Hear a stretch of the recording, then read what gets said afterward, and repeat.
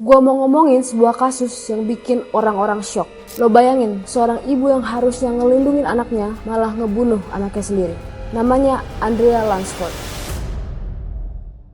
Kejadian ini terjadi pada 16 September 2024. Andrea ditangkap setelah nemuin anaknya yang masih balita, Grayson, sudah tidak bernyawa.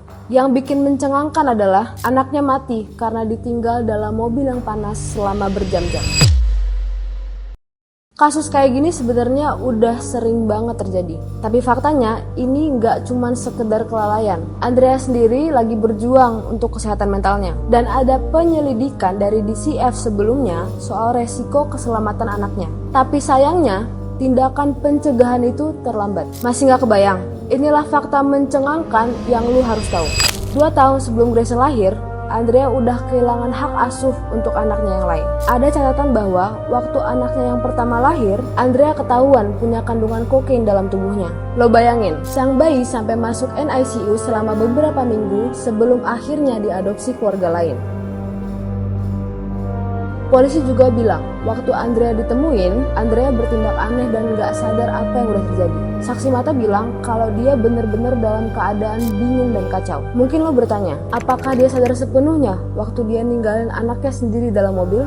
Penyelidikan masih berjalan dan ada dugaan kuat kalau depresi ini udah bertahun-tahun ditambah dengan tekanan hidup yang dia hadapi. Lo tau gak sih, dari bulan September 2024, DCF udah mulai investigasi tentang bahaya kekerasan fisik yang dihadapi anaknya. Tapi sayangnya, Grayson gak selamat sebelum mereka bisa lakuin apa-apa.